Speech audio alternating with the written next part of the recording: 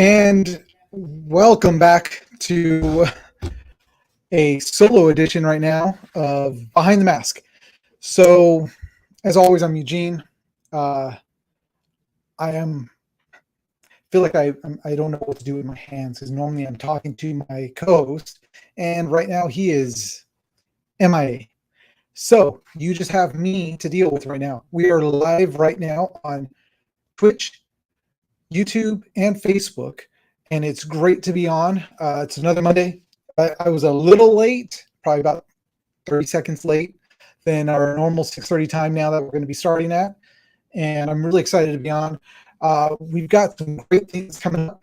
So we do have a guest that's going to be coming on, so I got to wait for him to come on, and so I got to stall because a lot of the things that we are going to be talking about, I need my co-host here, which are some of the things that we've heard about as far as aftermath, as Chicago's starting to ramp up and come up into view, which is in 2 weeks, September 9th through 11th. And that'll be exciting to see as we're getting close to the very end of the tournament season. We're going to definitely be looking forward to seeing what's going on. So, Dennis said, there's our first comment. Stuck at work. I'll be on soon. Thank you, Dennis. I am still scared. Do you see the fear in my face? I don't like flying solo sometimes. I was really prepared. I was like, whoo, I'm going to get things going, and things weren't going so great to start off. So it is what it is, and we're going to go forward, right? What else am I going to do? So let me take this down. And awesome. We got 2 viewers. I think one of them is Dennis. So thanks, Dennis, for coming on to watch and say hi. And so we are waiting for, which was a guest that you guys saw come on with me and B on her show. But I really wanted to get a little bit more in depth because that's kind of what we do here. We sit down and give people a chance to talk a little bit more, and we get to find out more about what they're doing and what's up and how they came about. So we're waiting on Seth from, I'm not going to say more than that. Seth. So how about this? We are going to wait for this. Oh, you guys know what that sound is. Yes. That is the sound of my Ghost energy drink. I definitely need that. It's been, I think I'm going on, I've been up since about 3:30 this morning. Had to come to work, and here I am. But I got this. I need this, and I'm hoping to get this in. It's like a ghost. So, anyways, our official sponsor, of course, Ghost Energy. This is my favorite, actually my second favorite now, because the orange cream is really absolutely my favorite one. But citrus right there tastes kind of like a Sprite.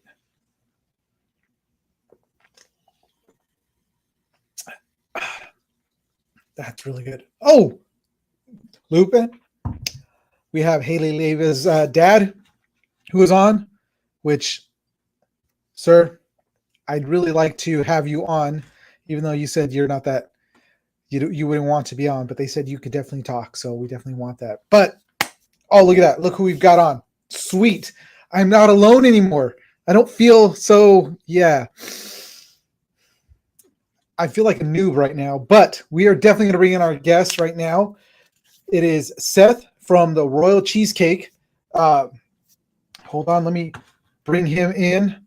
And also, I got to have my sound effects, which I left them with B.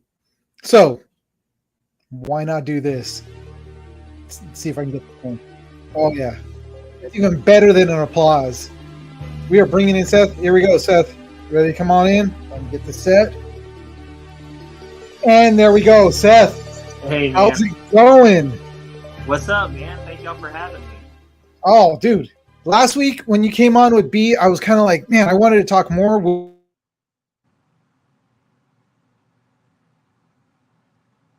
with you because I've heard from Haley about the team, and we heard like I didn't get enough of Seth. So I told Dennis, let's get him on. Let's get him on this week. Let's talk to him. Let's see what he's all about. Let's see what he's done, where he's at. I like that shirt. What is it? Thank you. The Bunker Fest? Bunker Fest, yeah, we got to play the Mardi Gras Open, which was a big privilege. It was really fun. We were vendors there as well, not just players, but it was a good tournament. Chris Rangel and all of his team, they did a really good job with it. That's what I've heard. I've heard that those tournaments are actually really good. I'd love to get out to one, but yeah, they're all far away from me. They're not close. Well, we were really shocked because the last one, the first one was, I want to say somewhere near it was in Texas, maybe near San Antonio. But we heard about it kind of like late in the season, and we wanted to go. It would have been really fun. We just didn't have the manpower to actually make it work. But after that one, he had announced the Mardi Gras Open, and like a lot of us were like really shocked because the tournament scene in Louisiana is not quite as big as what you would see in like Texas or Florida or California. But they came and we made it work, man. It was really cool. There was a lot of teams out here, and it was fun, man. We probably wouldn't have made it work had it not been so close. But I think most of what he has lined up next year is going to be in the Texas area as well. Sweet. Yeah, I just was in Louisiana. Okay. And I'm going to say right now, I will never go back to Louisiana. Oh, no. What was it, the heat? Was it the heat or was it the humidity? The humidity.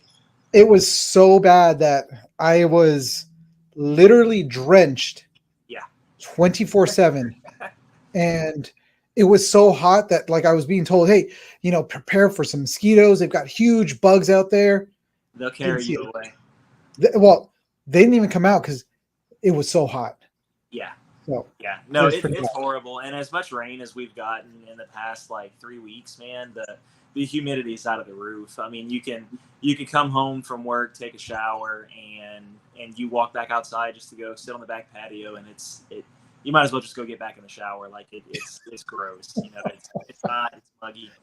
But hopefully that's going to come to an end in the next month. It'll start kind of cooling off a little bit.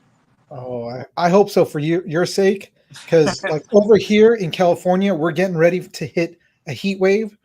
And when I heard the temperatures, they're like, "Oh yeah, it's gonna be 107." I was all like, "That's nothing." I dealt with worse last month. I'll be all right.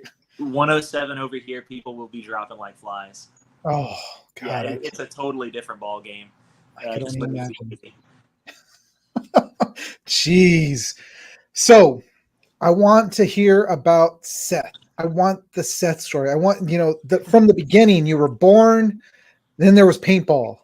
So let's hear it. That's usually how I go with people's stories. It's like you were born, but that doesn't matter. It's then there was paintball. Got it. So what is your story? So I'd probably say I had to have been around 10 or so. One of my friends in passing, probably one of my school buddies, just mentioned paintball. And I was like, man, what is that? And he kind of was like, dude, you're shooting guns, but it's paint. And that's how you get shot, And I'm like, no way, this is so. And just from the explanation of it, I don't know if he oversold it, but the idea of paintball just resonated with me. And went home, told my mom about it. A few months later, my birthday comes around, and she packs myself and a bunch of friends in the car. And we go and play at one of the fields in the area, or it was the only field in the area, really, and got hooked. But a 10-year-old, maybe 11 or 12, that was really my only experience with it up until maybe like later in high school, my junior and senior year, give or take. I was maybe around 17. My friends and I had the bright idea, hey, have y'all ever played paintball before? And we went to Walmart and Academy, which is like a sporting goods store in the area, and picked up whatever markers we can get our hands on. And at the time, it was I hadn't thought about it since the podcast last week, but it was a Spider Victor, and it was an old blue and silver one is the one that I picked, and it was so cool because it was my own paintball gun, and had no idea that like it came in a package. It had some little CO2 cartridges with it, and like the full setup was like $80 at the time, but I had the coolest gun in the world, right? So So anyway, we would go in the woods. In fact, actually, we put our cash together. Some of us had allowances, others begged our parents, but one of our buddies had like a little Chevy S10. We pulled into a little hardware store, and hey, look, we want your cheapest plywood, whatever your cheapest plywood you got. We need some 2x4s and we need some hinges. And pulled in. She's like, look, go get the quarter-inch OSB board.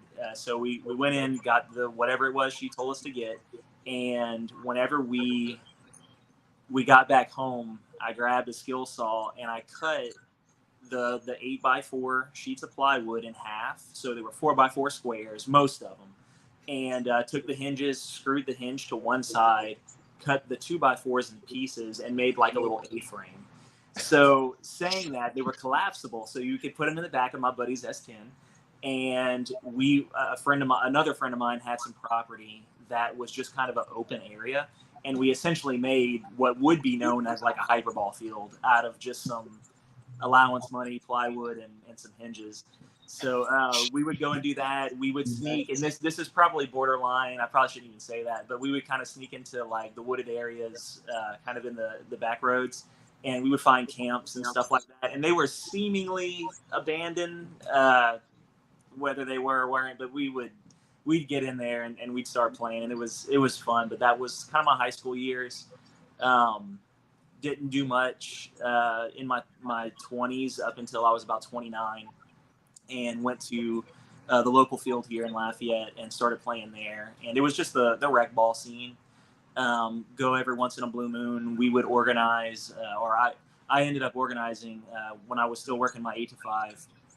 I got a lot of the guys from work, a few of the supervisors, and we had like 12 to 15 of us. We just went and had a party over there one time, and got my supervisor hooked. He played with us for a while, and then you can only really play rec for so long until you get offered into the other two worlds of paintball, which is scenario and tournaments. And I didn't know what either of them were. Just the people that were there were just kind of like, man, you're here a lot. You should probably just come and either join the scenario team or get on the tournament team and play with one of them. And I was like, well, what is that? What do you do? And they explained to me the scenario stuff, which was really cool. You could sneak around the woods, and then they explained to me the tournament stuff.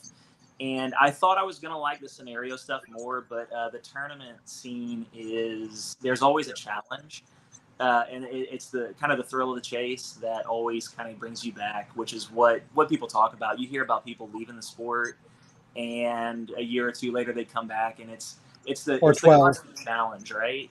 That gets people stuck. It's a big game of chess that you can never, like, once you hit the top, like, is there really a top? There's always, you can always get to that point where you're still fighting somebody no matter what. It's, we, like, myself and my co-host Dennis, we both took, I think it was a hiatus of almost 12 years. Whoa. Yeah, it was a huge break, but it was a huge gap. It was a huge gap, but a lot's gone on, at least for me, a lot's gone on in that gap. But it was always in the back of my mind, like, I got to get back out there, because it's that thrill of the chase that you have. Like, going back to rec ball, I started playing that again, and I was like, all right, this is fun, but I was chomping at the bit because I want to get out there and do some actual tournament ball, right. Speed ball. Right. So it's a double-edged sword too, because, like, my oldest is 12, and he wants to get into it a lot, and he wants to play on the tournament side, and it's like I keep holding him back from it, because the moment you leave the kind of like the free-for-all of walk-ons and you get into that competitive state, a lot of the fun leaves, and you start getting hung up on winning. Unless you make yourself make it fun.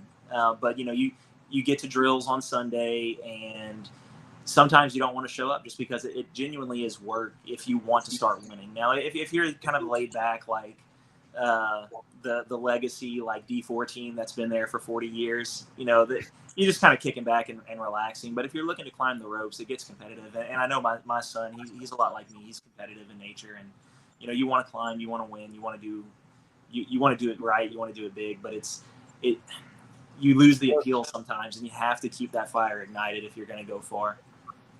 Definitely. I mean, you said it. It's work. It turns into that. You're like, and it's the same thing. Like everybody, you keep hearing these like pro players say, the grind, and it's like what as far as us as adults, as old guys that have been around for a while now, when we equate the grind, we think of work. And it's like, yeah. You think of your knees grinding together at the end of the day. Yeah. There's no cartilage left there. That's what we think of. Definitely. Yeah. I trust me. Like, I think it was last week I was sitting at my desk, which I hate being a desk jockey, but right. Part of my job is me sitting at a desk now. And I got up, I turned around after like half an hour sitting still. And I was like, oh my God, I got to get up. And it's just, I could feel the knees just, creaking. I was like, oh my God.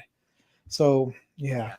For me, it's the lower back too, man. It gets to me. I got to stay on top of it. I stay in the gym. I try to stay flexible. I try to stay, you know, strong at least. And, but it's the lower back for me. And I know what's doing it, but another part of the grind is it's the mental thing to, you know, you got to get to work and you got to get off the couch and go and do it.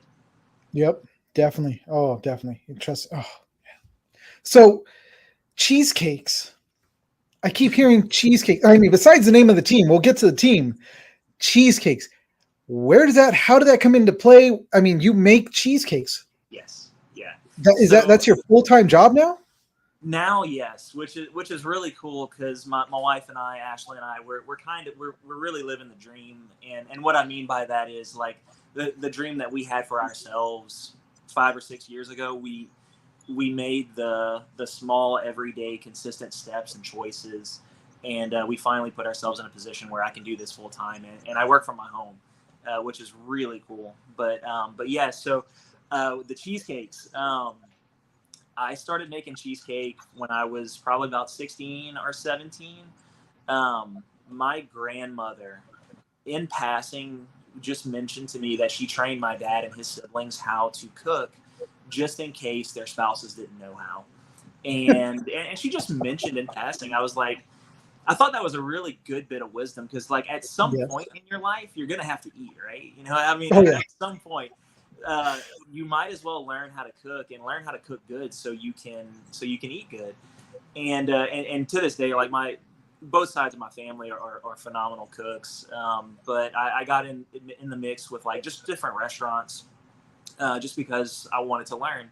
And one of the restaurants I worked at, I worked the night shift. I was still in high school. There was another lady who worked the morning shift.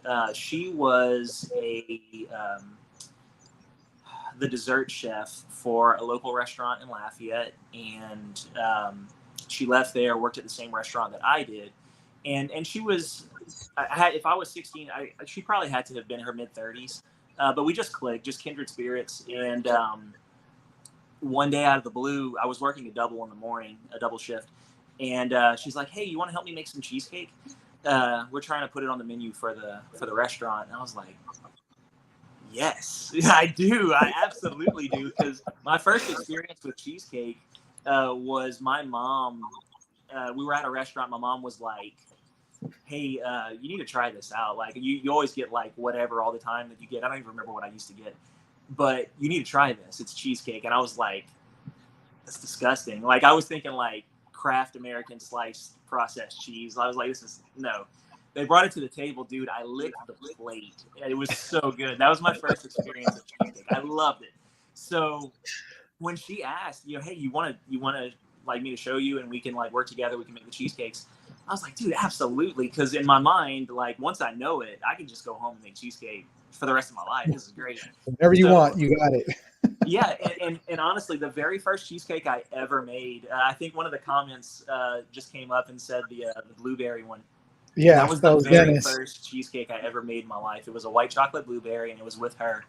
And Oh, actually, you know what? Nick just mentioned that. He just said white chocolate there it blueberry. is. Yeah, no, white chocolate blueberry. It's the flavor, man. I'm telling you, it's out of this world. But that's my favorite flavor. We've got probably 30 on the menu by now, maybe 40. Oh wow.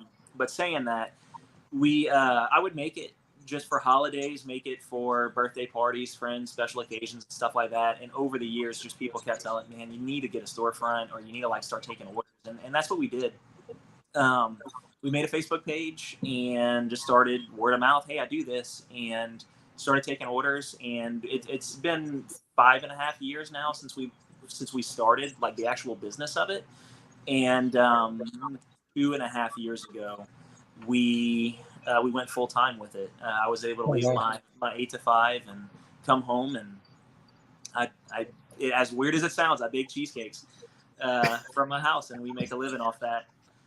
You know what? That is absolutely not weird at all. I mean, nowadays, the way things are with everybody, everyone's now working from home and doing like these homemade things. Like, right, part of what I do, along with this and my normal throwing on a uniform and working what I do, we make stickers. Okay. So we do all those like 80s movies, 80s different 80s stuff. I absolutely love the 80s. So Okay. I'm a child of the 80s. I mean, I can't help it.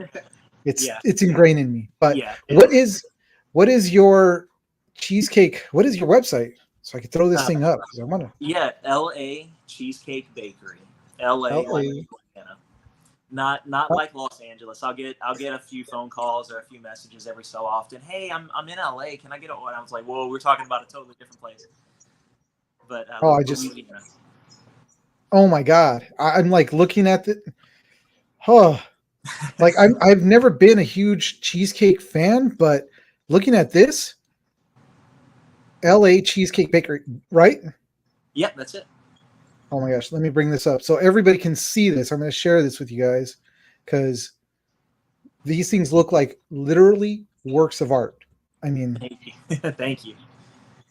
all right, let me bring this up. LA Cheesecake Bakery. Look at this.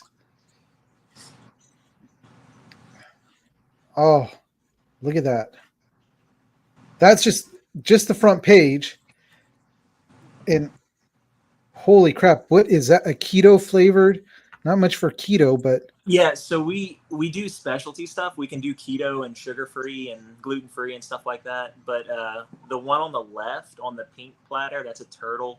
That's a keto Reese cheesecake, Reese peanut butter.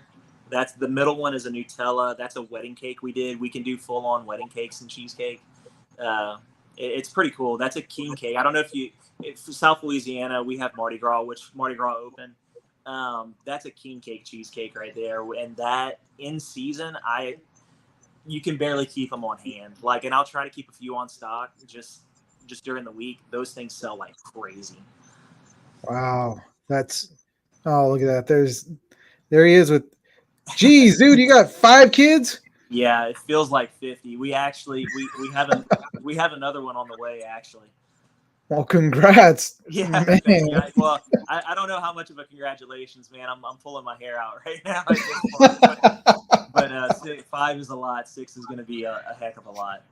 That's going to be a whole lot of, but wow, that one, geez, 5 kids, one on the way, and a business that's starting out. That you guys, if you get a chance, check out his website. If you're in the area, go over there because I'm telling you right now, I've never been a huge cheesecake fan, but just looking at these, they look good. Red velvet. Oh, dude, I'm on my way. I have 2 different types of red velvet too. Real. Oh, I see it swirl and oh my gosh. Red velvet, yeah. Oh, dude. Okay, I got to turn this off because I haven't Yeah, had dinner. no. Well, So, so the gym that I go to, oh, now he's got to bring in Jim since I mentioned right, cheesecake. So the gym that I go to, I used to joke around and like I love humor, I love comedy. I used to joke around about like having a revolving door with like a gym owner. I get him fat, he gets him skinny. But I started going to the gym, and like I was hanging out with like the trainers over there and talking to them, and like their clients would come up and they're like, oh hey, is that cheesecake guy? I was like, do you know him? Do you train him? Do you have like the hookup? And I'm like, don't talk about it. I'm telling you, they're gonna try it. They're gonna fall off the diet, and they're gonna binge hard on this stuff. Like, don't do it. But and it's like seriously, when I go to the gym, like I don't talk about it, and like people will still come up. They're like, "Hey, I had your cheesecake last week. Oh my god, dude! If my trainer knew how much I ate, dude, he'd kill me."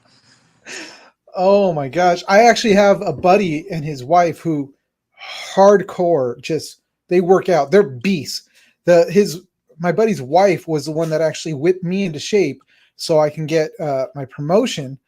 And it was within 2 weeks she had me like fit and ready to go. I was Awesome. dying.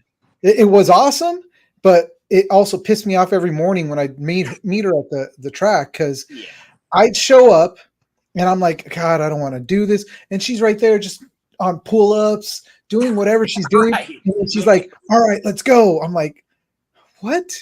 Yeah. And straight 2 miles with me, plus all the in-between stuff. She's like, okay, I'm going to go inside the gym now to lift weights. I'm like, dude, both you guys are wrong. But they are huge into sweets. Yeah. Like anytime I find out about a new sweet place or something that they can order, they'll go or they'll order it online and they will eat it. But it's like, where does it go? They're like, well, you know, it's on my cheat day. I'm like, whatever.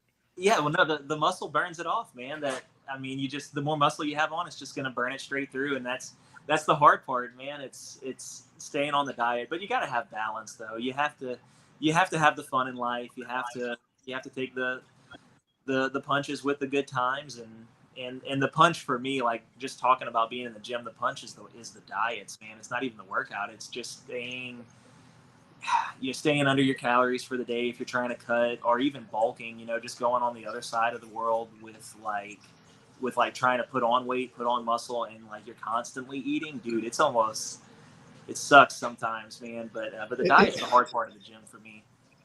It's too much work. Yeah, I'll be honest. When they say it's a lifestyle, it literally is a lifestyle. Yeah. And for all our 4 listeners out there, happy to have you guys all here, but I know we should be talking about paintball, but we're talking about cheesecake and we're talking about working out, which working out part is depressing to me, but I know I got to do it because I got to maintain. So, but let's move on away from the workout into more of a workout, which is paintball. How did you guys get started with the team? Because your team is Royal Cheesecake, which when I started going around the field more often, I had some of the tournament guys. They were, hey man, you should come like try out, and I didn't want to commit just because I didn't know how much time I would have, and I didn't know how much money I would have, and that was kind of uncertain. Like I would talk to people, and they were like, "Man, it's kind of expensive," or like you're constantly spending on it. You're always getting a case a week or 2 cases a week, and then tournaments come around, and you want to shoot. Typically the teams that shoot a lot are usually the ones that are moving on. So saying that, I didn't want to commit to it. I passed up tryouts, and they still kind of stayed on me. And they were like, hey, just come by, So I went by for a practice on whatever Sunday it was. And at the time, I only had an EMEC. Like I had just started right when the EMECs had first dropped around that time frame, and got out there with my little EMEC. And I don't even think I had a carbon tank. I think I was still using the steel tanks. Wow. Right. So we go, the horn blows, and the ball starts shooting, and I'm like, holy crap! Like I'm not even making it to my bunker alive most of the time, and like when I do get there, like I don't know what I'm doing. I'm just kind of playing, individual paintball. And at the end of practice, they were like, man, Seth, you did really good. And I'm like, I don't know what dude you were watching, but I can assure you it was not me. And they kind of sat me down like, man, look, you would do really good here. Like, I mean, take a little training, but like, we'd like to have you. And I declined. Let me talk to the wife and kind of figure out our finances and our commitment and stuff like that, because I'm I'm a loyal person. I'm a principled person. Like, I don't want to say yes and then back out of something. So like if I do it, I'd like to go in it as long as I can. So saying that, that was on a Sunday. That Friday, we're talking just a few days later, I get a message from one of the teammates. Hey, would you come and play a tournament with us tomorrow? And I was like, are you sure you want me to play? Like, I mean, I'm being dead serious. I did not think I did that good. And they're like, no, look, it's going to be fun. Entry's already paid. Just come and play with us. We only have 5 players, or we have 4 right now, 5 if you come. One of the guys dropped. So we drove out and we played, and I didn't know what to expect. I was like, how much does it cost? They're like, it's $45 for a case.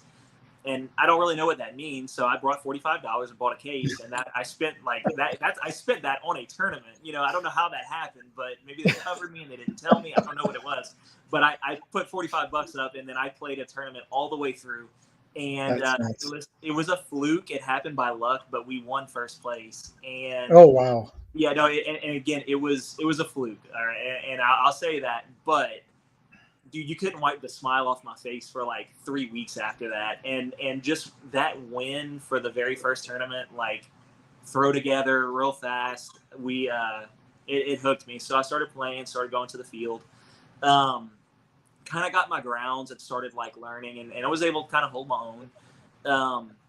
A couple of the guys showed up, and I say the guys on our squad, they showed up, and they were kind of on the younger side. They were like probably around 15 at the time, and I was a youth pastor for a good amount of years, and still am to a degree. But I connect really well with like the teenagers. Like, I'm just really good with that age group. So when it came time for tournaments at the local field, instead of like trying to buddy up with like the big dogs, hey, I think if we play together, we can win. Like, it was, I just took the little guys and just kind of took them under my wing, and hey, let's go have fun. We'll show you the ropes, and trained them. And after we played a couple of tournaments, hey, we kind of need to make a name for ourselves if we're going to continue on with it. And the name of the squad that was there at the field was the Royals. And again, going back to the comedy of it, I was like, hey, we can do a spinoff team and call ourselves the Royal Joke. We obviously keep losing. And they were like, no, I got one better.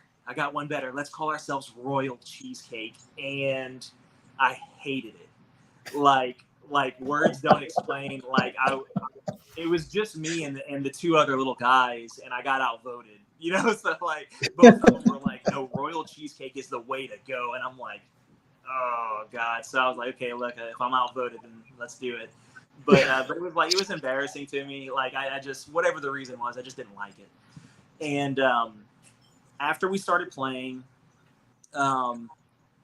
we wouldn't really ever make it out of prelims. We were never really dead last, but we were never really moving on. And after a few months of us playing together, maybe it was really a solid year, collectively as a squad, like, man, I don't want to sound so crude, but like our balls as a team just dropped. Like, we just came of age, and like the little underdogs, like, they just grew up. And it was really funny too, because like we started like we were just the nice guys at the field that are just playing. We're having fun. We're trying to be competitive, and like we'd start picking on a couple of people here and there. And one of the guys on the other team, in a joking sense, was just, oh, look, the cupcakes are here. And they started picking on us, calling us the cupcakes, because we at the time we weren't really making it out of prelims. That was about the turning point for us, when they started calling us the cupcakes. And maybe that was the driver that kind of put the spur in our butt to really get going with it. But the very next tournament, we came out, we hit the podium. I think we took 3rd, and we beat that squad. And then as time went on, we kept getting better. We'd take 1st, we'd take 2nd. We were typically on the podium. And the guy who came up with the cupcakes ended up swapping over to our squad, which was kind of the icing on the cake for us, which was good. And we'll still joke about it every so often. The cupcakes are here. But anyway, it wasn't until I guess around that time where we started like really coming together as a team, started putting some wins on the board, and they were like, "Hey, we need to make jerseys." And when they sent us the proof back of the jerseys, dude, I fell in love with it. Like just the look of it, I was like, "This, like, I can get behind this." And then all of like the embarrassment, I hate the name, this and that, like it just left instantly. And we got jerseys. We started going on, and I want to say 2019, we let's see, no, it was 2020. We were supposed to play like your bigger regional events in 2020. Just as a D5 team, we're going to go in and see what we can do. And that's when COVID hit. And all the tournaments got canceled or they got rescheduled. They kept getting pushed back. We ended up playing one USXBL and one and Cup in 2020. And we both took about it was maybe like the 50th percentile, give or take, maybe a little lower, maybe a little higher.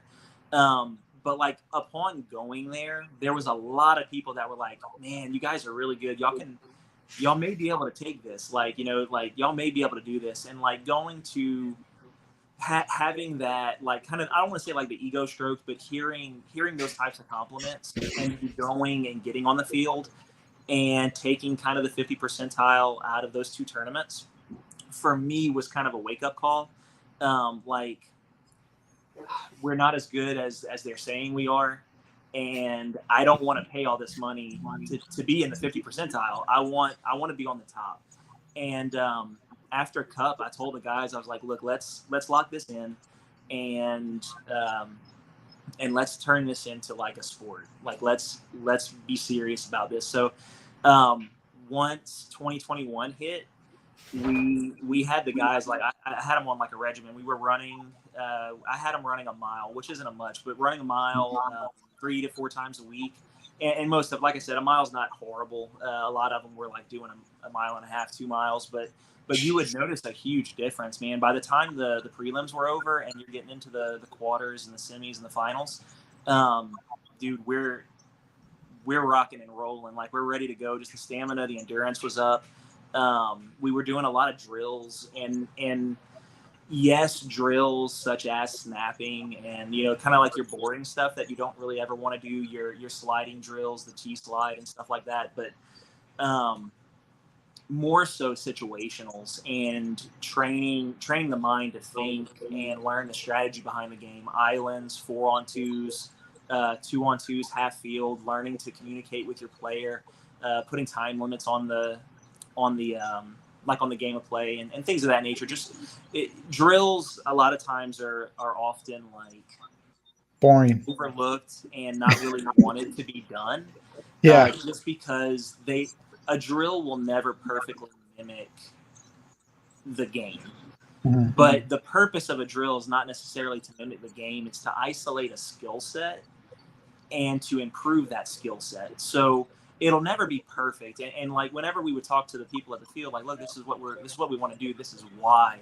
And you kind of explain it to them that way. They're way more receptive to like starting to do drills, and you could see a big difference. So 2021, dude, we were rocking and rolling from January to October, which was championship for USXBL. We had to have played 12 to like 15 tournaments in that time frame. So like 9 to 10 months, we played probably 12 to 15 tournaments, and man, it was starting to get pretty taxing on the wallet. But we stayed in that competitive mode. We stayed, and man, we were excited. We started winning. We started getting the podiums, and we took the series for Division 5. That was kind of like our coming of age, our little debut year. But we took the Gulf Coast Series last year, which was really, really cool. And that's kind of where we are. We're in D4 now. It's not looking so hot for us this year. We had a whole bunch of things happen to us kind of in the beginning of the year, and it affected us pretty hard. But we went from being on the top to literally being on the bottom. Like, it wasn't looking for a little while. It was getting rough for us. Well, trust me, I'm going to bring in my co-host who when you mentioned Cupcake, he all of a sudden appeared. I was like, oh, hey. But, That's how it you know, happened. yeah. But if you also want to talk about two guys that know it was a struggle moving up, we definitely know that. So let me bring in Dennis really quick. There he is, Dennis, as he's cleaning his glasses. Hey, Good evening, gentlemen. How you doing? hey, how are you? Doing good, doing good. Nice to see you, Seth. Congratulations on the new one.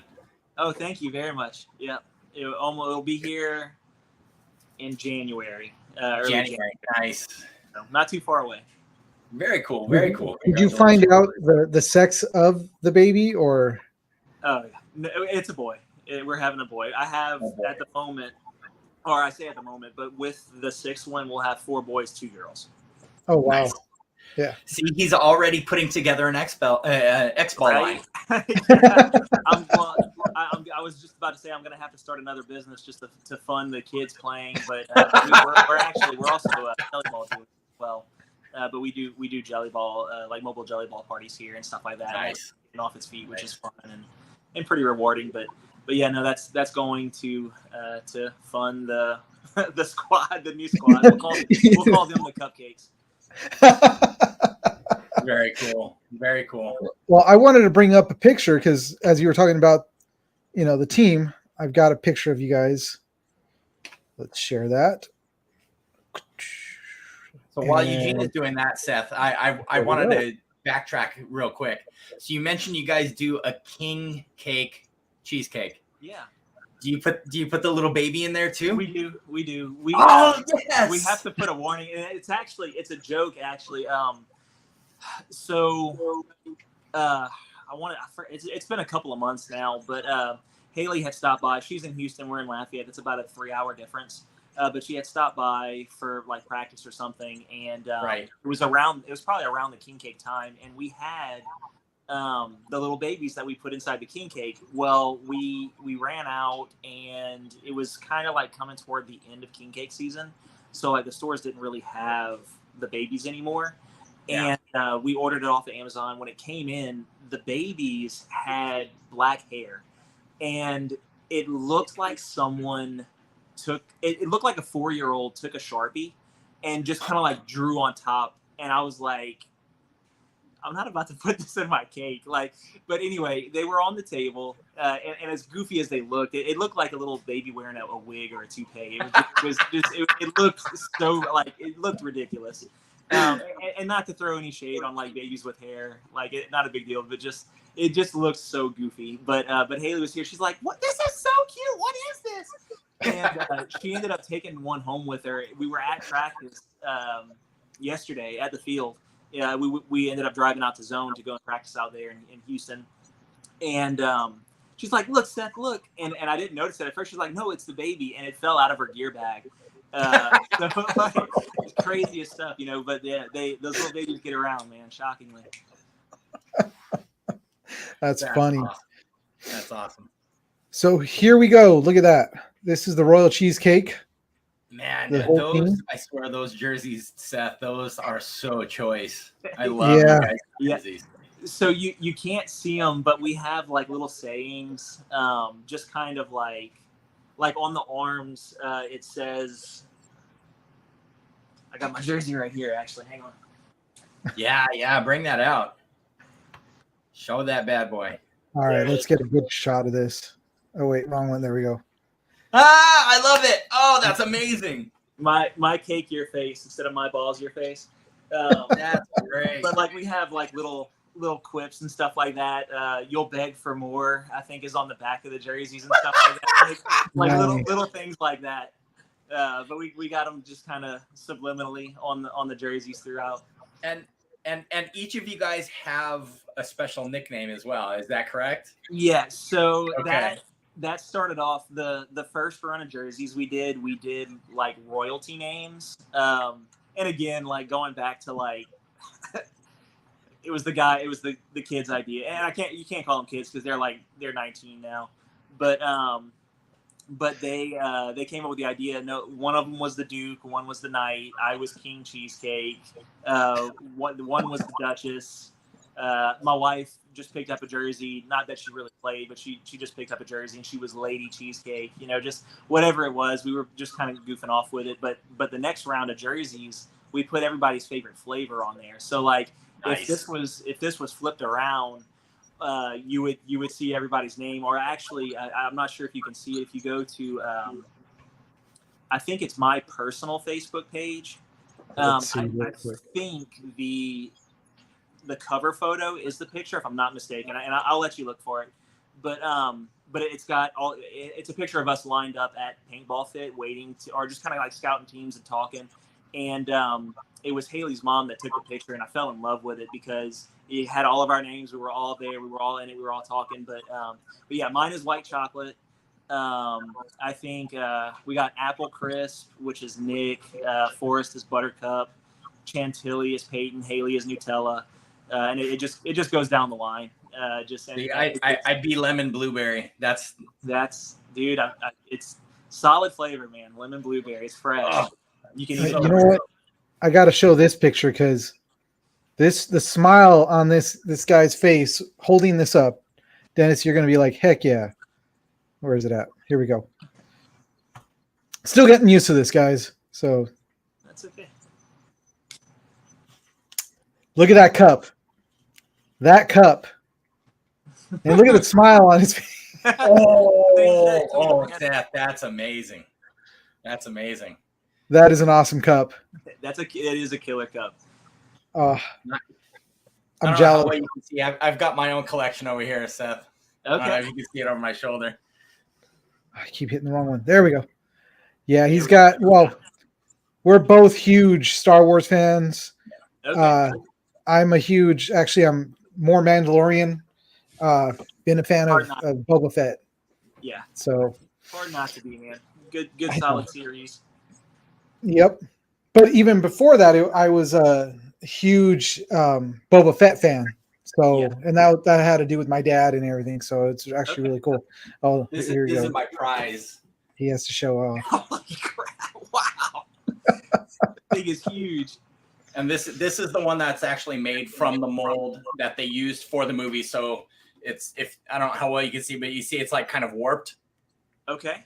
and it's intentionally that way because the original mold that they made for the armors for the New Hope and stuff like that, it's warped. So you can see it's not a. So this was actually molded from the original molds that they used for A New Hope. Okay.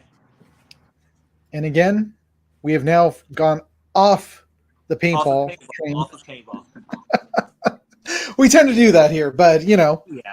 we still love it. We still love it, and we've got. Double back. We always double back. I always let Dennis double back because I'll keep going down the tangent. Yeah. If I It could. happens. It happens. But I'll But see where we were. so okay, I digress. We are back. Paintball, guys. Paintball. Paintball. I'm trying to think of the subject that we were on, but We were talking about the team, okay, and so the team, so the team names, we had everybody just fill out like whatever their favorite flavor was, that was their name, and like to this day, like we call them our Houston fam, like the paintball crew in Texas, like on the paintball scene. I swear more people know me by the name Cheesecake than Seth. Oh, absolutely. Yeah, no, seriously, and reason being, like, unless you hear it come up in conversation, like that's the names on our jerseys. So like, but it's fun. Like you'll hear people talk about it. Like you just, oh my, hey, look, that dude's name's White Chocolate, man. That's you can hear him. He's like, that's kind of cool, man. That's all they got the flavors. That's Nutella. That's Chantilly. It's pretty cool. But Nice. But yeah, so we do a lot of traveling. We play USXBL. We're happy there. It's a regional tournament. It's close enough to us to where it's not a tremendous drive. Like if we want to practice out there, we'll just wake up early and still get there at a decent time, get a good practice in, come back. We're home typically for like 5 or 6, and then. For tournaments, we'll definitely spend the night. You got to be there a lot earlier than Oh God, yeah. Driving. Oh, yeah. You don't want to be up quite so early. You'll be Yeah. tired. But we have a tournament coming up. The layout just dropped for NXL for Yep. Chicago. For Chicago, yep. They're using the same layout, which is pretty cool. I like the layout a lot. It's very like it's symmetrical on either side, like whatever way you fold it. The Doritos are kind of a straight line down, almost like a ladder Dorito, and the snake is similar, almost like a ladder snake. And even the center is somewhat mirrored as well. So it's cool. Our squad, we typically play really good on the tape, like just a traditional on the tape. Like, Well, you know what? Go ahead. Sorry, no, I'm just glad that you brought that up because that was going to be something that we were going to talk about. And since you are going to be traveling to Windy City, might as well. Hey, let's talk about it. We'll bring up the I'll bring up the layouts. That's a good segue, man. Seth, glad you're here. Cool, man. Look at that. He's quickly becoming the third co-host. So, all right, so here we go. So we've got this one.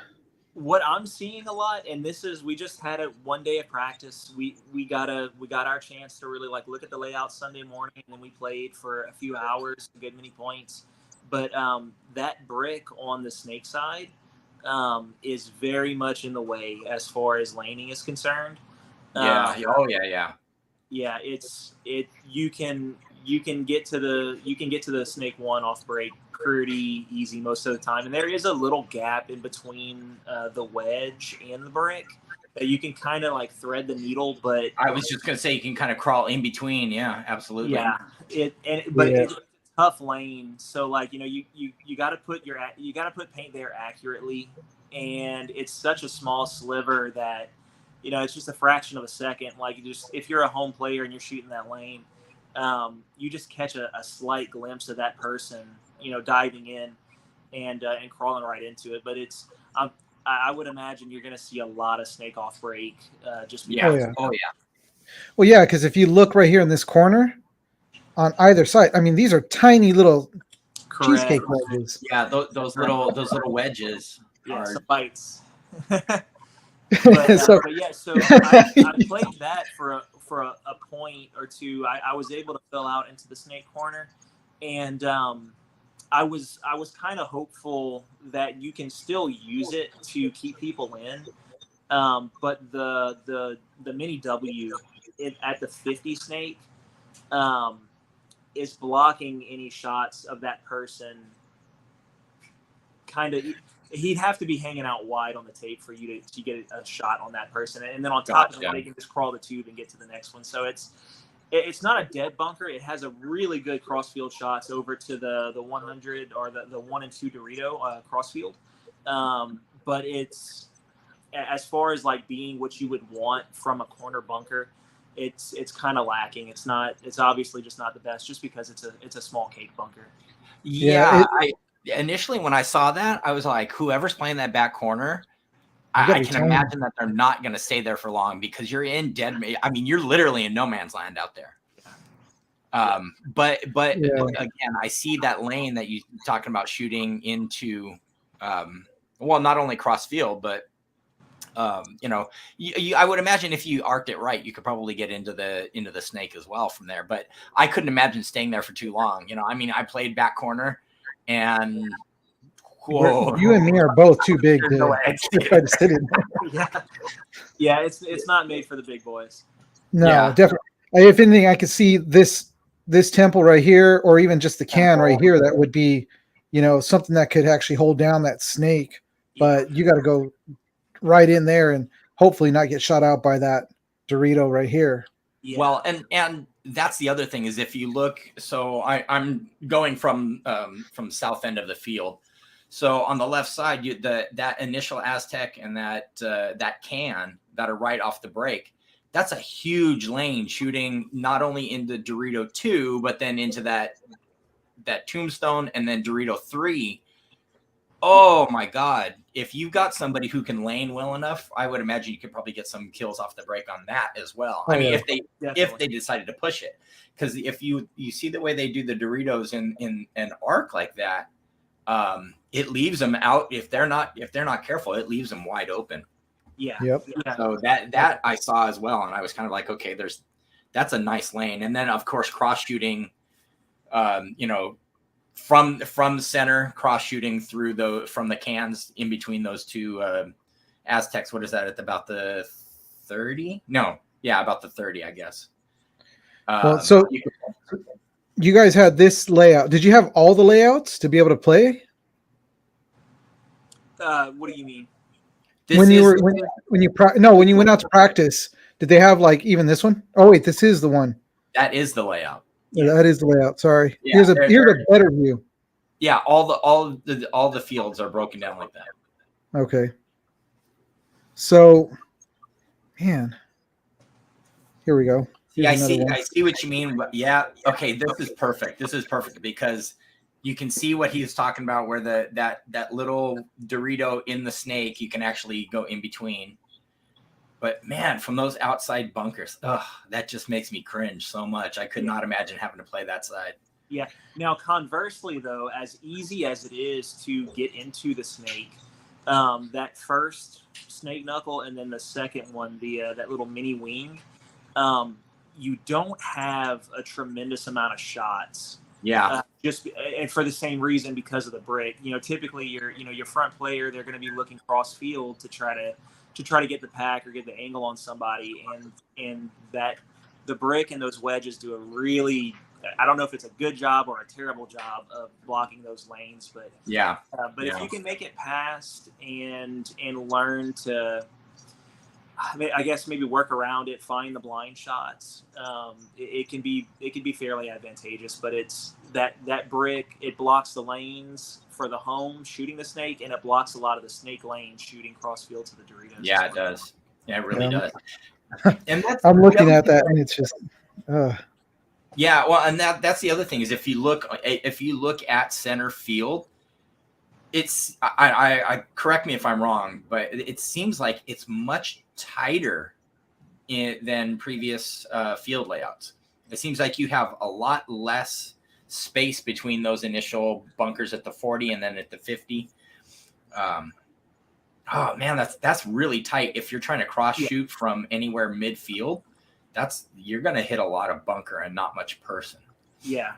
And you kind of like, we call them shot sheets is just the term that I gave it a while back, but like we'll go and we'll sit at each bunker and we'll kind of tuck into the bunker. We'll kind of come off it a little bit. We'll get to the side and just whatever position that we think we can get in, and we'll sit down and we'll look cross field and see what shot we can make from this particular bunker. So like, when we got to like the snake one, we were like, man, there's not really a lot of shots here. We would go to the next one, try to look for the shots, and they're there, but you just kind of have to, like, if you're back player, like by the time you've got your shot sheet down and and you've kind of memorized, if I'm at this bunker, I could shoot this. If I'm at this bunker, I could shoot that. By the time you get there and you get that laid out, if your back player calls, hey, he's in 200, if you're not in snake 2, you need to get there so you can make the kill. So you can actually make the kill, yeah. That's kind of the remedy for stuff like that. You get in and you just kind of look for it, and obviously you want to look for it before the actual tournament happens, and that's part of the drilling. You get on the layout and you start looking for those little shots that you can make. And I thought there was going to be a ton of bounce shots with all of those pins along the snake. And every place I went to, and we were in game situations, so I couldn't really think a whole lot about it.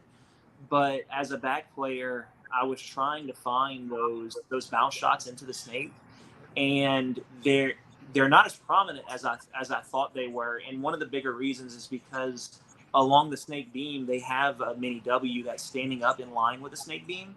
And it blocks a lot out. And actually, it's interesting you bring that up, because I was going to ask you about not only on this layout but just in general.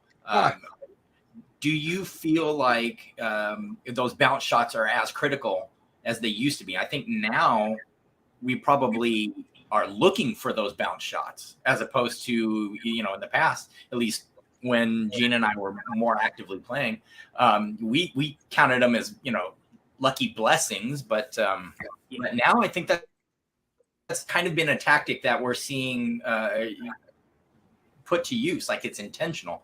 Do you guys practice those bounce shots? If we have the time, we will, and that's been kind of like some of the hardships that we've had this year. We don't really have the time anymore to like get on a layout and sit down, because used to I had the ability. Fortunately, I would go and set up the layout at our field, and I would just brood over it and sit down and after practice.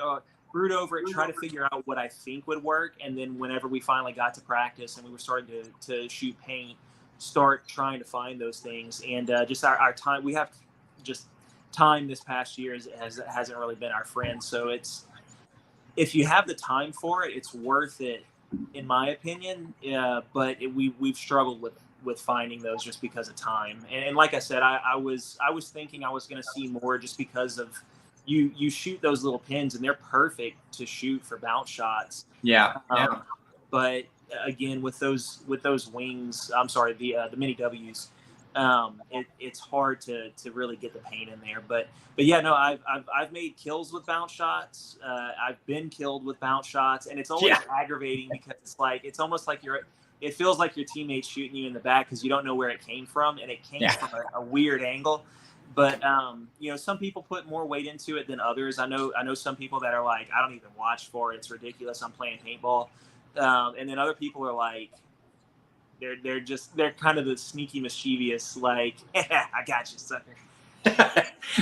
I know me personally, if I was intentionally trying to get that bounce shot and I do see the person walk out with their hand up, I'm definitely going to be like, sucker, Yeah. So it's a good feeling. Yeah. And I do see Lupe's in the chat right now. So we did see, it looks like he was saying that not only are you going to be staying with him, but he has the Chicago field up. So yeah, by all means, Lupe, let us know, if you had anything, that you saw on the layout that you think is going to be to a big advantage, and, by all means, join in. I feel like the center as well is very easily accessible. Also, I think that's for your typical teams. Like I was saying earlier, we typically play better on the tapes playing a traditional type of paintball. Going through the center, there's just a lot of variables that you have to manage, and if we have the ability to control those variables and go on the tape, we typically shine really well. But going through the center, I think, is going to be very very easy to do, and honestly, as much like people call me a center player, like playing in the center, and I don't like playing it because of the variables, but I'll do it if I have to. And I got into the center a few times, and it was actually pretty enjoyable because a lot of the moves that I'm seeing, so the two towers, and they have the two towers there, and then they have the two wedges in front of them. So you can actually, I find it to actually be a safer move, and I saw a lot of people doing this. Instead of going on the inside of the tower to bump into the wedges, they'll go on the tape side, on the outside of the tower, and bump into it. And the reason being, if you look at it from a different angle, that tower, again, it's the brick. That brick is blocking out a lot of the back player's view. Yeah. And you just wrap around the tape side of the tower and you move to the wedge. And same thing on the Dorito side, you wrap around the tape side of it and move to the wedge. And it's a little bit longer. You have probably about another 2 strides to make it into your bunker, and it doesn't feel natural because most of the time you're going on the inside. Yeah. But it does feel safer though. You're blocked out by a tremendous amount. That's what I experienced. I can go around the tape side of it and just take an extra step or two, and I make it in there every time. And on that note, I actually just kind of noticed as well, is taking that same kind of tactic, going tape side to the tower, and then immediately cutting inward to that wedge gives you across into not only like snake 1, snake 2, but then you're also looking at the Doritos as well. Yeah, wow. I didn't even see that until you mentioned it. That's a beautiful move. It is, and you can definitely hold it down. So, and honestly, in my opinion too, and this is just me, but let's say you're on the snake side wedge, I wouldn't even look snake side. I would only look D side. Going back to the brick, those pins, and that the mini W. It's so cluttered. It's so cluttered. You can't really do your job effectively as containing them. But this is a really good view. So if you're going to that same wing on the snake side, that wedge, and you're looking D side, you can definitely hold that lane there and keep them from progressing, and you can get there almost off break, if need be. Wow, this is going to make for some exciting paintball, though. Especially like you say, if you can control midfield, oh man. Yeah, this area we'll probably see a lot of people controlling from this point if they can just get in, drop in. Like I literally would probably not even hit this Aztec. I'd literally just look like I'm going and then bypass it and go right in. Well, slide in. That's basically what I was saying. You go tape side of that tower and then immediately cut into the middle of the field to that wedge, and you've got a lot of control from right there. You cut that off, and then you can cut off somebody trying to. That side plus if you go from the inside of the wedge, you've got Dorito 1, Dorito 2 lane as well. So this is going to be make for some exciting paintball. Man, you know what? I am like literally, I'm jealous that you guys are going. Like, I want to be there. I seriously, it just sucks. Now, let's see what Lupa has to say. Easy kill, wrapping outside on little brick, looking in on the home little temple, and big temple. That's what I'm saying. Is like, oh man, easy kill. Yep. Very, very first play of the day. I went front D, and I dove into the first Dorito there. Didn't have any heat. Kept my head up, looked downfield. Didn't see any bodies or any paint. So I moved to the next one. And by the time I got in stride to dive into the next one, I still had my head up and was looking. Didn't see anything, and I dove into the juice box, the little brick on the D side. Yeah. When you wrap that, I wouldn't say it's game over, but when I dove into the juice box, got in, collected myself, took a breath, and then just started counting off. This Dorito's clear, this Dorito's clear, that the can in the back is clear. And then as I continued to turn, I saw the home and the tower. They were almost lined up, like I could shoot one lane of paint and hit both of them. And I shot the home, shot the tower, and then the wedge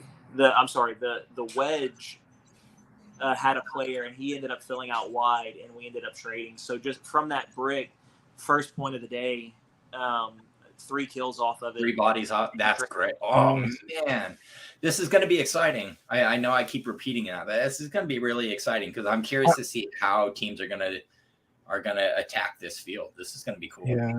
I'm actually going to have to watch Go Sports.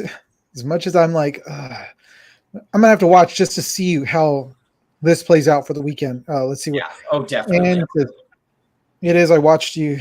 You shout out 2 of the AC kids. Shout out 2 AC kids. Ooh. I don't know if I should say it. Haley not doing a good enough job coaching? Well, no. So Haley was on my back at the time. She was playing my 2 for that first point, and it was no. I mean, if she's coaching them, Mama's got to put the big girl pants on. Oh, God. Right? So you have to. Nice. Oh man, you know what? This is like, I'm really looking forward now to seeing what's going to happen come the weekend of the 9th through the 11th at Chicago, and this being a major. So it's going to, and also going to definitely look out for you guys. Thank to you. see how you guys do. Shoot, man, we've got a lot of teams that are in that. That we actually as behind the mask support, and we are going to add you to. Oh, I almost turned off my mic because I waved my hand. Yeah, My mic yeah. is sensitive. The I hate Royal Cheesecake has joined the stable of behind the mask teams. I appreciate that very Yeah. much. Definitely.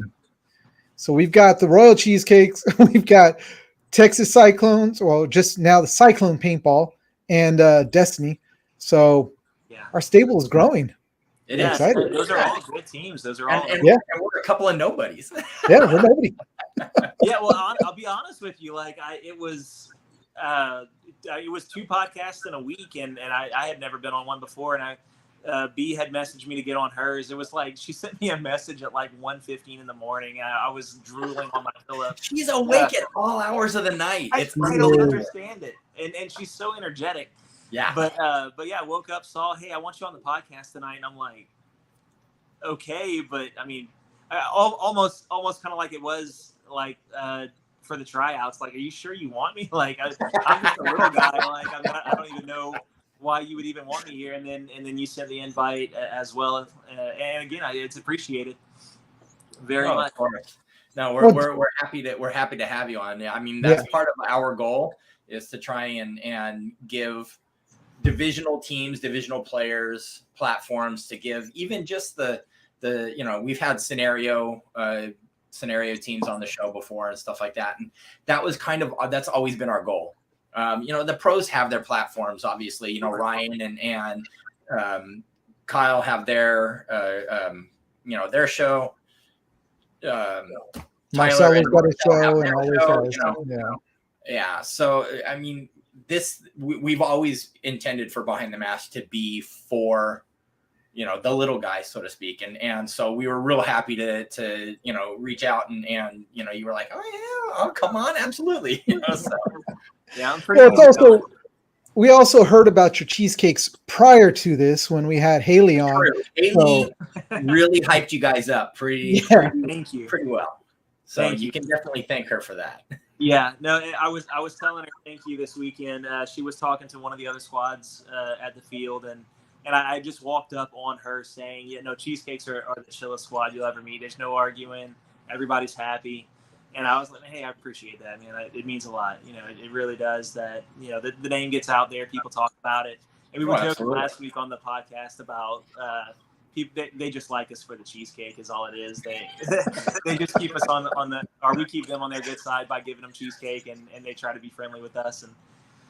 But yeah, and it's unfortunately there are going to be people who are going to be like, yeah, Seth, come hang out with us, in hopes that you're going to bring them stuff, But no, I mean, in all seriousness, I mean, I know you said you guys are kind of hitting a bit of a rough patch this season, but you've been able to field a team that has been successful, and so that says a lot to the culture that you're cultivating, which is the same reason why we're such big supporters of Cyclones and everything that Niles is doing over there. He's got an amazing system set up, and he's got the program is just unbelievable. And I've already gotten the feeling that you have a very kind of a similar mindset. This is not something that, yes, it's fun, and it's something that you're doing to maybe relieve some steam, get out of the house, stay active. But your heart is there as well, and that actually means a lot, and it shows. Thank you. Yeah, that definitely, that was what I kind of got, but it's also, I got off of, when you were on with B, but I also was like, man, I definitely want to hear more about you guys. I felt like you didn't get enough time, so I needed to get you guys on. So, or I needed to get you on to talk about this whole thing. So I just wanted to throw this up too. So you guys, and we've been on for like an hour, and I know it's a lot later over there than it is over here. So, definitely. Yeah, I feel bad. The little ones are probably already crashed, huh? They're sneaking around actually. And I think they're just taking advantage of Daddy doesn't have to pay attention to me now. But yeah, no, they were. I could hear them. I'm going to the bathroom, or I gotta get the water. But yeah, he's not looking. Get right. Get it while you can, guys. Hurry. Well, I want to put this up. So if you guys are out there, if you're in his area out in Louisiana and you want amazing cheesecake, because just the pictures, I'm telling you, just the pictures alone look amazing. Yeah. Check out the website. You're in Lafayette, correct? Yes. Lafayette. Okay. So definitely check him out. Go order a cheesecake. Go. He's got a bajillion kids. You throw them in. You got to provide for that squad. And for his paintball addiction, because we all have this addiction that we need to play. That's right. So You got to feed the beast. Yeah. On that note, actually, I was going to ask while I was because I was actually watching the broadcast in the car driving home from work, and I was going to He was try one and of our type while core. I was driving. But do you have the ability to fill online orders yet or no? Yes, I mean, to a degree. So we can ship. I had a buddy of mine at the field. He had a field force, and he was talking with Yosh, troubleshooting a few things, and he was just real thankful for the help and the personability. And he's like, "Hey, Seth, you think we could ship one to field force out there in California?" I was like, "Yeah, absolutely. It's just, are you are you willing to pay for it? Because that's the big issue is the cost of it, and sadly it just keeps going up. Originally, right at the beginning of the year, just to package it, not to ship it, just to package it, dry ice, a box, and so on. It was $12 was my cost. Wow, Okay. that's packaging alone. That's not even shipping costs. It went to 14. Oof. It went to 16. Oh, It just hit 18. Just to put it in the box. Okay. Yikes. And that's just shipping it. So like we have we have a friend of ours who's a really good client with us. They're in the Baytown area, which is right by Houston, and they'll pick up a cake. I mean, once a month for sure. Sometimes once every couple of weeks, and we'll ship it out to them. And it's just pricey to ship, but it's doable. We shipped them to be in Montana. Yeah, that's what Lupe was just saying. He sent one to Montana. Yeah. We've shipped around and we'll ship locally, but it's just it's cost prohibitive to go long distance though. Yeah, it's and typically I'll tell people too, like we have, like talking about the keto cheesecakes earlier, like we have clients that they'll pick up just like the bites in bulk, and when they ship it, they'll just order a ton of them, and they only have to pay for shipping one time. So that's typically what we do. We'll ship a couple of cakes at a time, just so you only have to pay for it once.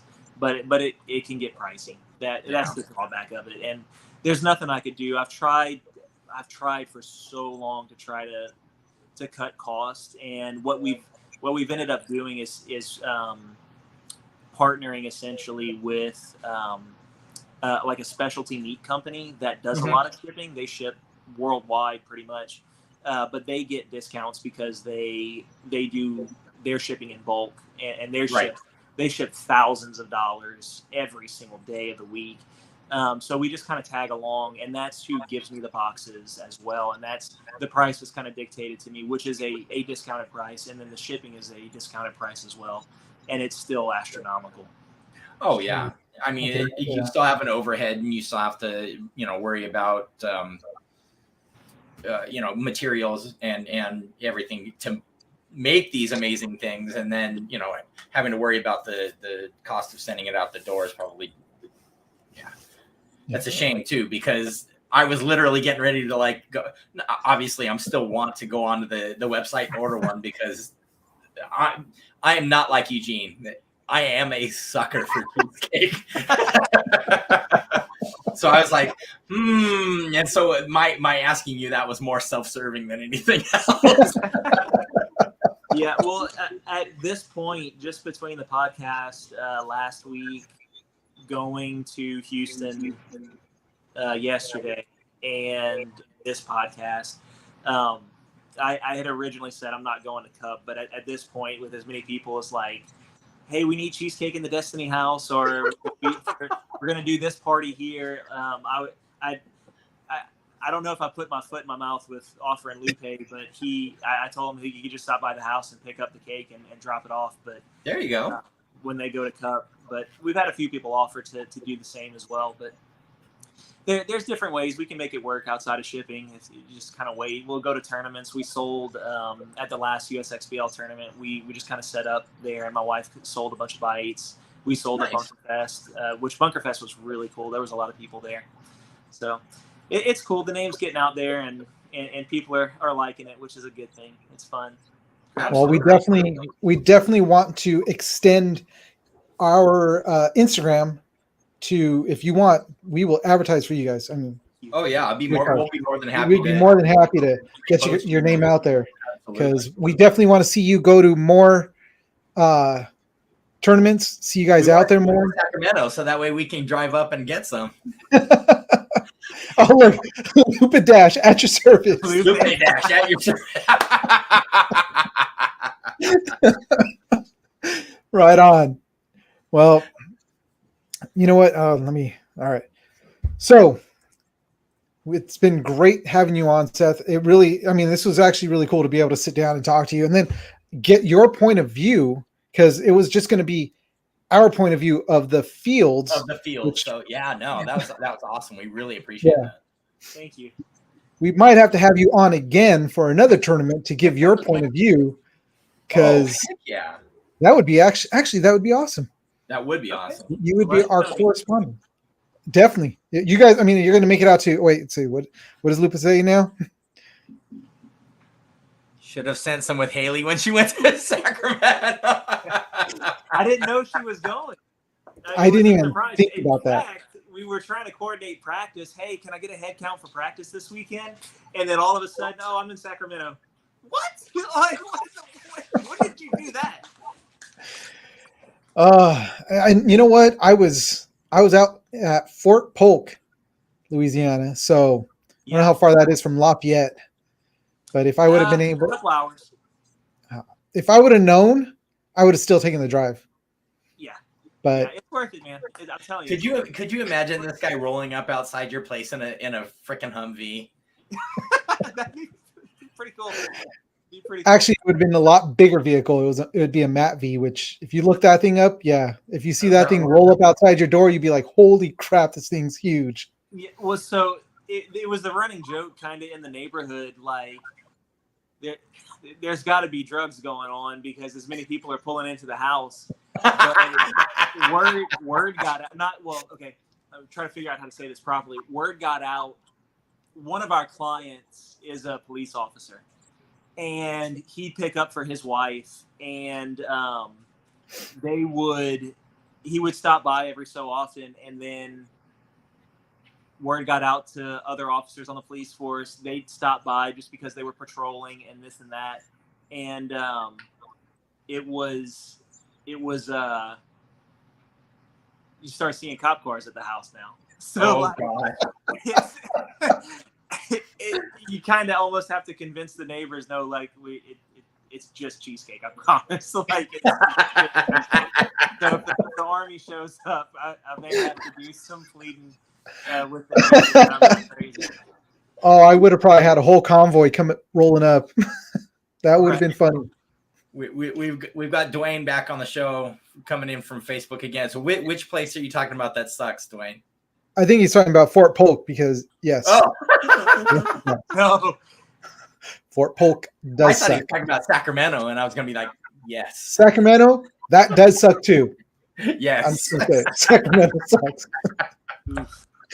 But all right, we are gonna let you go because I'm sure the kids are running around now and they're probably like lighting the place on fire. So maybe. So again, Seth, it was awesome having you on. You know what? Let's try to do this again right before, like when the layouts drop for Cup. Okay. And we'll definitely get your point of view the weekend right after. So it'll be, because we're going to be doing this now every Monday at 6:30. Okay. And whether it's me by myself, because I was all alone. And hey, I did the best I could, man. I have a medical profession. My patients don't always go on my schedule. So yes, I have a medical condition, and we all know what this, when it happens, it's just.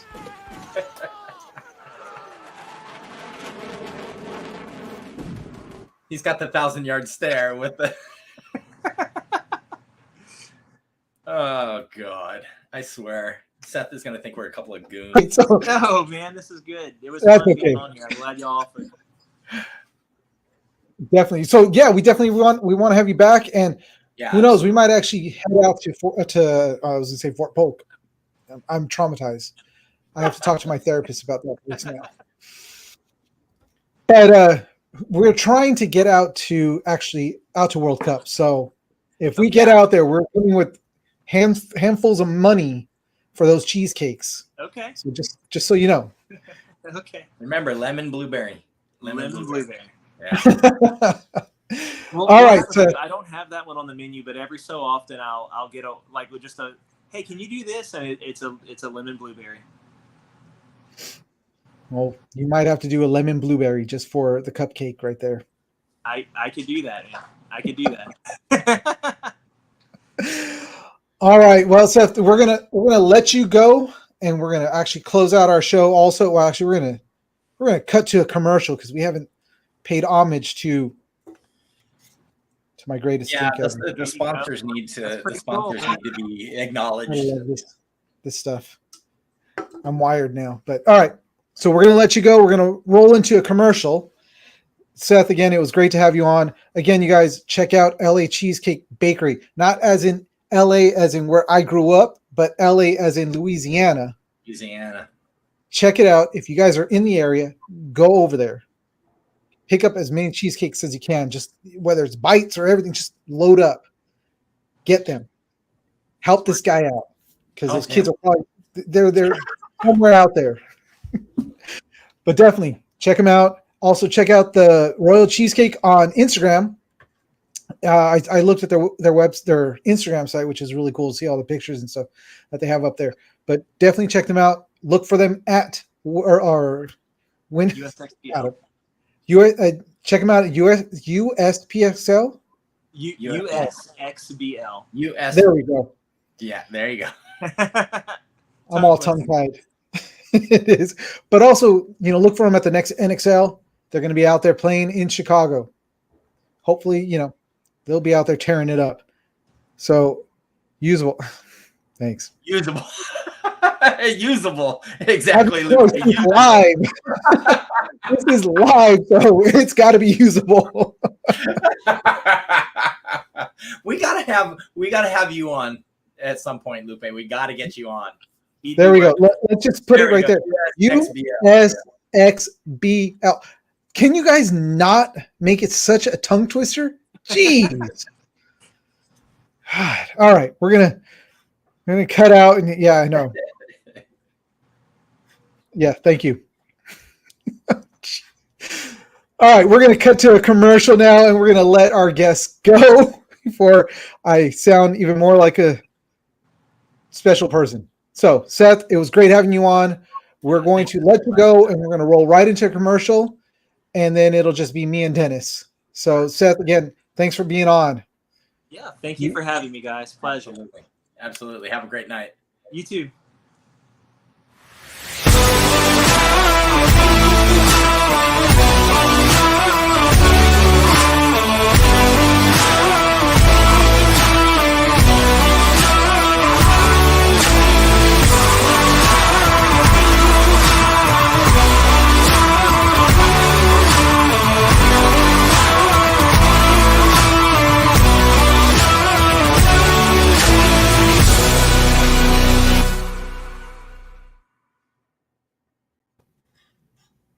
And we're back.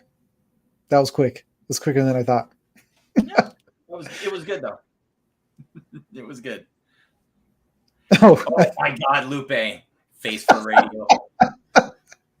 Yeah, so do we. Look at us. That exact same line. There it is. There's the face. So, well, it was actually awesome to have Seth on. He was. No, that was great. I mean, it was great to get an insight on the fields because, like we said, we were going to talk about them. Yeah. And thank you for those that are on. Dwayne, thanks for coming on again. And Lupe, thanks for coming on. And I don't know who our third guest is, but thanks for being there. Well, we've got one viewer coming to us from Twitch, and then Lupe and Dwayne are on Facebook. Look at that. My mom was on for a bit. Oh, yeah? Yeah. She was watching for a little while, and she liked the cast. Thanks, Mom. It was awesome having him on. I'm excited that just the thought of having somebody that will come on and talk about the field. Oh and the yeah, angles. absolutely. So, looking forward to that. If we can get out to World Cup, looking forward to trying this cheesecake. And Lupe, yeah, he's become one of our favorite people too. Oh yeah. Oh, Not just because of cheesecakes, but I talk about personality. I feel like maybe he should take my place on the show. Dude, I mean, he's super engaging. He's got that dazzling smile. He's a good looking dude. Definitely outdid me. I think Dennis has a man crush, and I don't have a gift for that. Dang. I don't have. I'm still learning StreamYard, which I think I might be switching over to another stream platform because I need more controls. I've got all kinds of equipment and I can't use it because I need more controls. I need more stuff. I can't keep I mean, up with all I can do, but all I can do is this. See what I'm dealing with. There we go. I need more stuff. I need more power. Jeez. Can't help it. No, I can't. I can't handle this. No, I can't.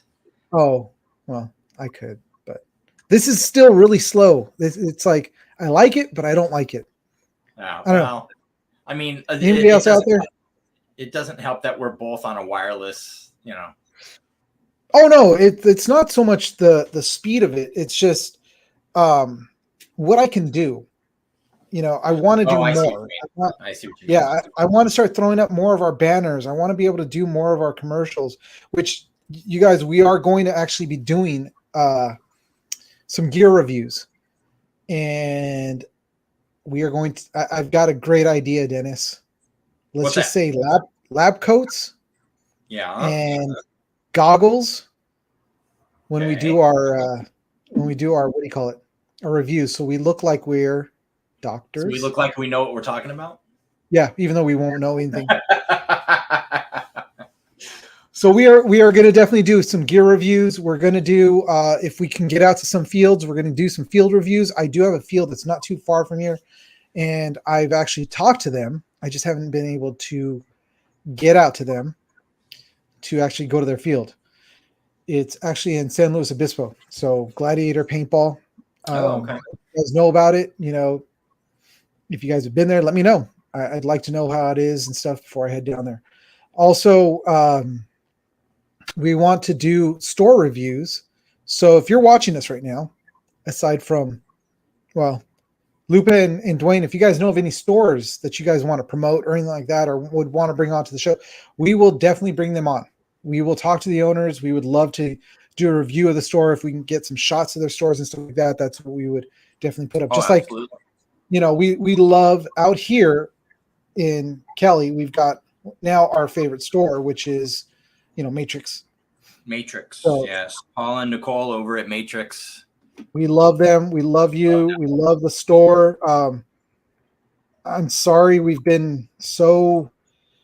Oh my gosh! I want to bring up their site again because.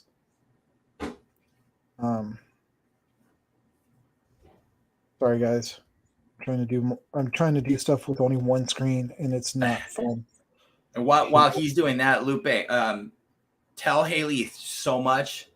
Thank you so much for referring me out to the sleeves. I got my spats and I love them. These things are amazing. Pro Edge in Houston. Oh yeah, we should definitely reach out to Pro Edge. Oh yeah. Yeah. Kyle from Cyclones has been with them. And I think Niles actually is good friends with them as well. So yeah, we definitely got to get in touch. I think Niles did tell us to hit them up. So we definitely, if you got a connection, I'd love to talk to Pro Edge. Absolutely. If you got a connection too, send them our way. We'll definitely bring them on. And if we can get a camera out to their field or their shop, that'd be great. Yeah. So definitely want to promote them.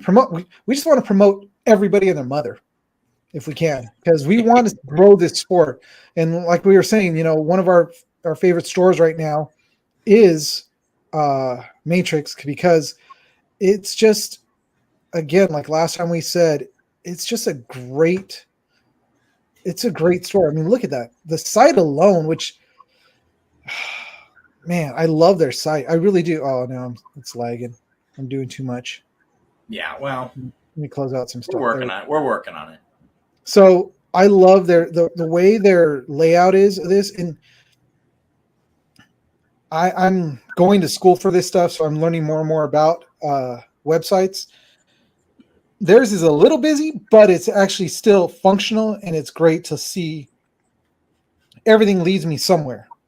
And it's not going to go down a rabbit hole. It's like literally will lead me somewhere. So it's a great site. I was on NXL. I went onto their website. Yeah, their site blows. The NXL's actual site sucks. I will say it out there because, wow, like I'm trying to find stuff and their layouts are on their Instagram. It's like, why not have it on your website? Their way their pages are set up, it's just like there's stuff that's falling off of the screen, so I can't see everything. Same thing with the banner on top. It looks like somebody just kind of cut and paste from somewhere else and kind of stuck it onto their web. Guys, well, more importantly, they have gone away from the tried and true trend of almost every shop, team, what have you, paintball related. There's no dead links. Yeah, but still, this flows. This is like I can see everything. They have no dead links on their site. Yeah, it's true. There's in this click. Oh, still working on this or out of stock or whatever. I mean, guys, look, I get it. We're in paintball. We don't have all the money in the world to be doing some of this stuff, but shell out some money for an actual graphic designer. Pay a little extra. I'll do it for you guys. Yeah. You have to pay me, but but still, come on, guys. Let's get with the times. Let's finally catch up. It's great you guys caught up to the times with Instagram, but your websites still suck. They still suck. Except for this one that I just went to. I showed you guys. You guys, if you guys are in the area of what was that? Marietta.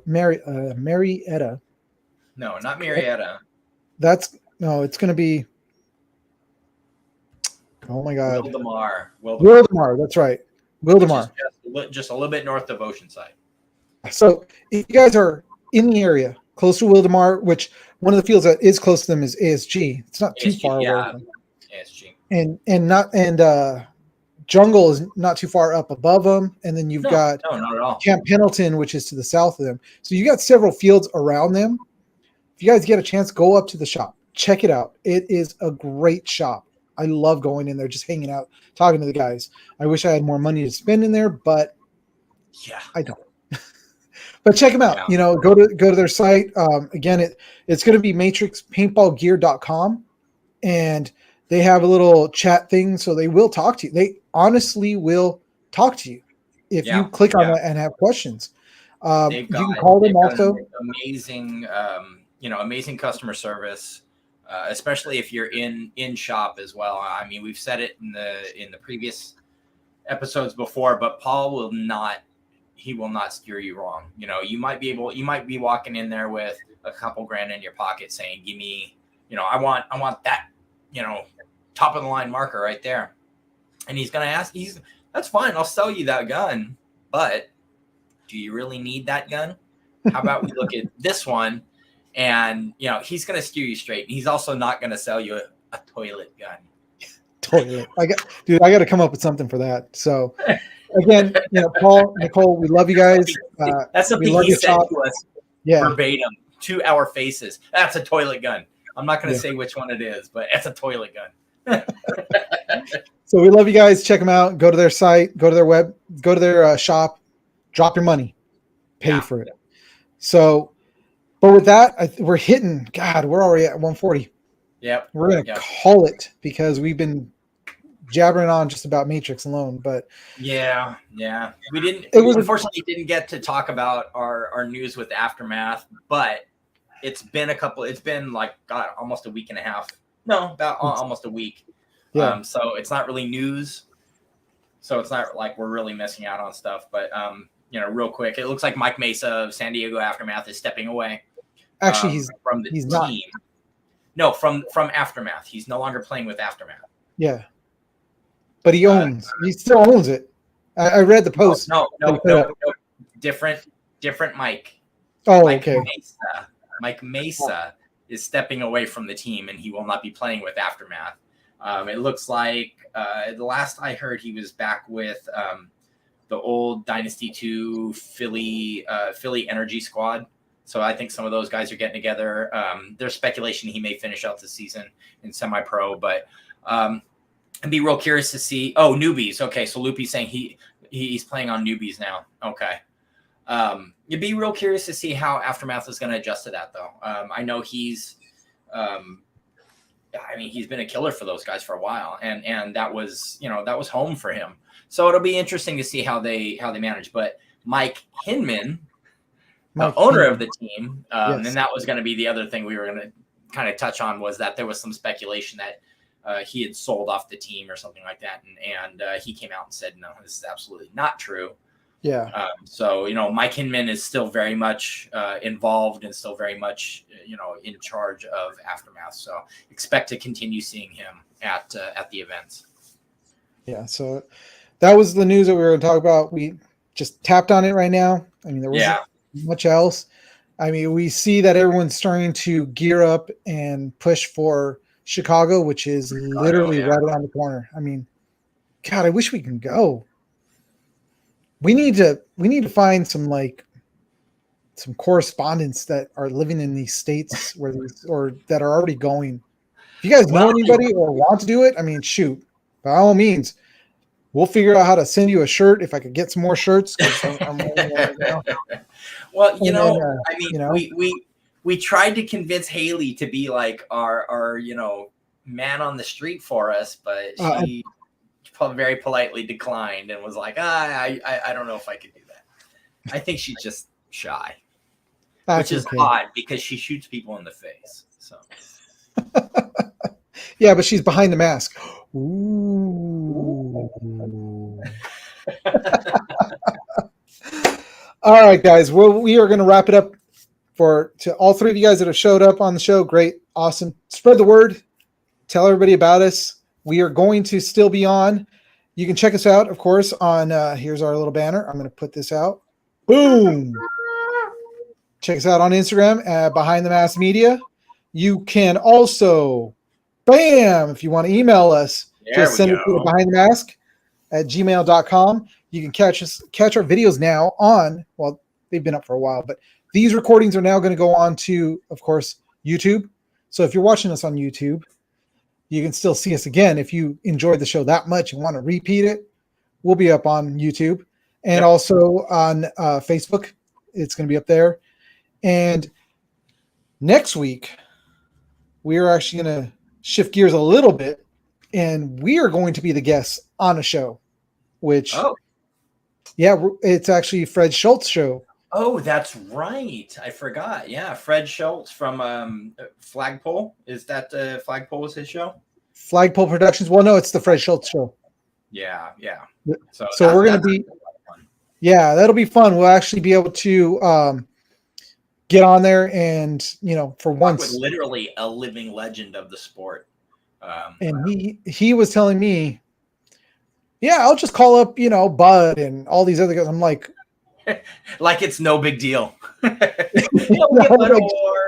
who knows, maybe even reach out to like Bob Long and I was just tripping on everybody that he was talking about that he would just call up while we're on. It's like, dude, I don't even know these guys. He's like, you'll get to know them. Cool. Well, I unfortunately it hadn't materialized yet, but I actually got to meet Bud in person when I went out to ASG for Lynn Trong's charity event. And I mean, talk about one of the most welcoming guys ever. I mean, he immediately was like, here's my phone number. Here's my address. You guys can come out. We'll barbecue. I'll show you around my garage because he builds hot rods and stuff. He's like, we'll go look at my cars. And we'll talk paintball, and I'll show you the Tom K Online one. Oh my God, Lupe! I wish that would be amazing. Talk about another legend of the sport. Oh, that'd be so great. Which I get the feeling Fred could probably make it happen too. Or Lupe. I mean, shoot, if you can get me apparently Lupe. Yeah, we'll bring him on. But I'm really excited about this because, we're going to be, for once, the interviewees, not the interviewers. So I'm really excited about that. It's going to be interesting. Yeah, that's going to be a lot of fun. Yeah. And then on Wednesdays, if you guys are out there and want to watch another show where I'm on in the background, but it's the Destination Paintball. Look it up. It's at 5:30 Pacific time, 7:30 Mountain time, 8:30 Eastern time. God, I'm trying to get them all. So you can check that out. I'll be on it this week. I am going to be on it. I'm going to kind of do almost a solo because B's going to be at a fair. Yeah, she's going to be at a fair. So I'm kind of like, okay, yeah, let's do it. Okay. See if she can. Hopefully she'll be able to get on her phone and still be on it. So, but it'd be fun to do. So I'm looking forward to that. Check that out on Wednesdays. So you got us on Mondays. You've got Fred Schultz on Tuesdays. You've got B on Wednesdays. So your week starts off pretty well. If you're into paintball and you want to hear a lot about paintball, boom, boom, boom, 3 nights in a row. So definitely check it out. Go on. Again, you've got us behind the mask. You got the Fred Schultz show. You've got Destination Paintball. So you got a lot of things going on. Paintball. And we're all really happy to bring you guys as much information as we can and introduce you guys to more of the players that are out there. So if this is your first time hearing about paintball and you're like, what is all this about? And there's actually pro players. Yeah. There's pro players, there's amateur players. Oh, yeah. We do it a lot. So definitely check it out. And with that, we're going to definitely, here we go. Wait, I want to do this because this is, all right, that was fun. Okay, Lupe. You're supposed to be on with B on Wednesday, but you won't come on our show. I see. Lupe, you will be on with me. So I'll be able to talk to you. So she is going to be on. She's going to be probably via her phone for a little bit. So we'll see how it goes. We're trying all this live streaming stuff out, so it should be fun. Yeah. So with that, let's. Thank you, sir. So with that, I'm going to end it the way I always like to say. Get out there, drop your money on those counters at those local field or those local stores and those local fields. Let's support them. Let's grow the sport. And, we want to get more people into the sport. So get your friends, get your cousins, get your grandmas, get everybody in and get them out there to play. Dwayne, awesome for you to come back again. I am really happy. Yeah. Really, really appreciate the support. Yeah, it's awesome. And Lupe, thank you for being on also. And our number 3 person, whoever that is, awesome. Thank you for watching. If it's your first time, great. Hopefully you come back next week or you come back on Wednesday or whenever, spread the word. Tell everybody about us because we're trying to get out there. And the more people we get on the show, the more that we may be able to do. So, Oh, absolutely. I don't want to start saying, hey, drop some cash and start supporting us and all that other stuff, because. But no, I'm kidding. But we're not that way. So we're not going to say anything right now. We're not looking for donations. Maybe down the line when we want to do more stuff, maybe we'll start doing that. And maybe we'll get to that point on Twitch where you can donate. But right now, all we're here to do is entertain you guys, talk about paintball and have some fun. That's what we do. Right. And we want to tell you guys more to drop your money at those fields, at those stores to be able to support them because they definitely need the support and in order to grow this sport. we must support. Hey, if the glove don't fit, you must quit. Confucius say. So, anyways, you guys, Oh, it's been great. Wow, that was bad. Sorry. Oh, with that, guys, it's been All great. right, take So, us home, Eugene. Take us home. yes, definitely. If you can move, if you can, oh my God, I almost blew my line. If you can move, you can shoot, you can play.